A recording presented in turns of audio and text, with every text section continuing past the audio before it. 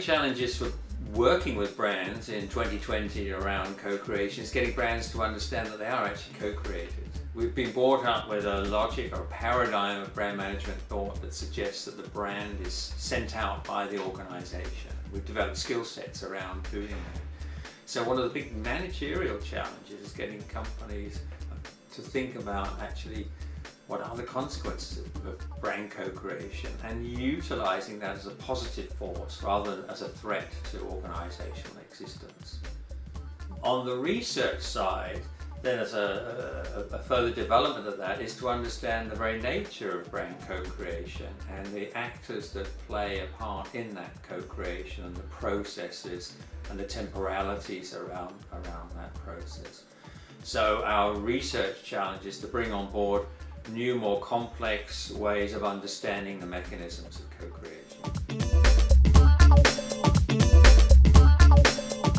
Examples of brand co-creation, I've personally studied Lego, has a fantastic adult community.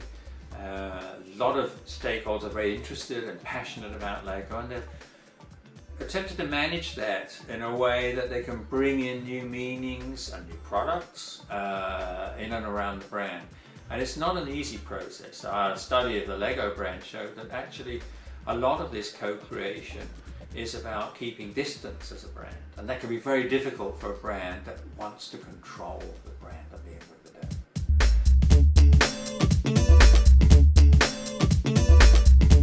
day. Yeah, control is a very good word. Control is something we need to get away from. We don't control the brand because there's so many stakeholders involved. Whether we're talking about the brand inside the organization and what the brand means inside the organization, or what the brand means outside the organization. So we need to develop new ideas about the nature of that control. So it's not a mechanistic form of control, it's a more normative form of control. But that said, what form does that take? And what is normative control? So we need to consider the ways in which brands are bound by, for example, brand histories and brand expectations about norms and institutions and practices around the brand. And these sort of things that we really know very little about in terms of brands, and we need to develop ideas about that so we can advise brand managers about how to encompass this more co-creative approach to managing brands and managing brand change.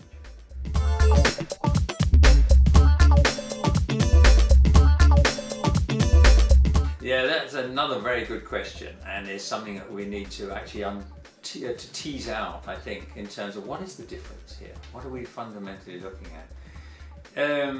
Interestingly, organization scholars have actually found that brands are interesting phenomena to look at, that they have strong symbolic elements that approaches to look at organizational identity don't actually encompass. And I think we need to be looking at the interplay between organizational identities and brand identities and what it exactly is that brands offer. From my perspective, brands are about meaning. That's it. And that's not what organizational identities are about. They're about part of that meaning. But brands are explicitly about meaning, and they use symbols to express that meaning. And that's what we're interested in, is looking at brand in relation to different types of identities. So organizational identities is one set of identities, but we've also got personal identities, we've got professional identities, we've got work identities, we've got private identities. And that really is, I think, the source of a lot of future research, is looking at that interplay between these nested identities.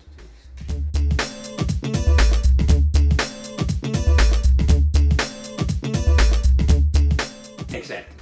This is the challenge we have as brand educators, is lifting our sights up to the strategic and central role of branding in organizations. So one of my personal challenges in running the master's program that I do at Copenhagen Business School is bringing the CEO into the program and making this relevant at the CEO level. Because if we don't do that, then brand is always going to be that sort of afterthought. It's the thing that we do after we've done the serious stuff in the organization.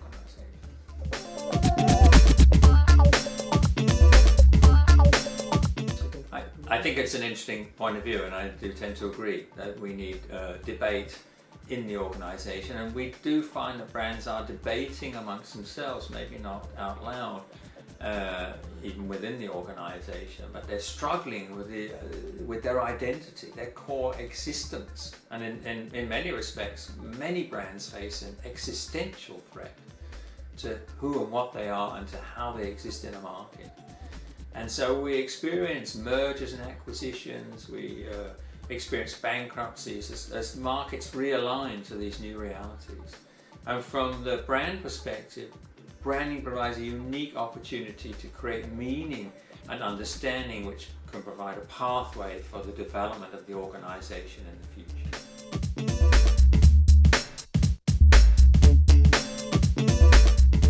Yes, as I say, brand is about meaning and organization is about structures in the organization. The focus is different, but we need to work on really defining what that difference is. But as I say, for me, brand is about meaning. It's about the tools that we use to transfer and communicate meaning, either in the organization or outside. Branding is eminent to that. We've been working on that. People respond to brands. We know that brands are ubiquitous in society, so we know they're very powerful symbolic media. And we need to see that in relation to organizational identities and the different identities that take place or exist within the organization. Yeah, working with brands in organizations, we all know is difficult. And the biggest difficulty we have as brand managers is persuading our managers that it's important. So the big challenge is getting the brand onto the agenda. And so I think the way to deal with that, if we can't educate CEOs that brand is the most important thing in the organization, is to perhaps change our language and think about talking about brand in relation to key strategic issues in the organization. This could include also, in terms of defining brands in financial terms, being able to talk the language of the other stakeholders within the organization, to be able to convince and persuade key stakeholders in the organization of the value and relevance of brand. I think that's really my advice to brand managers today.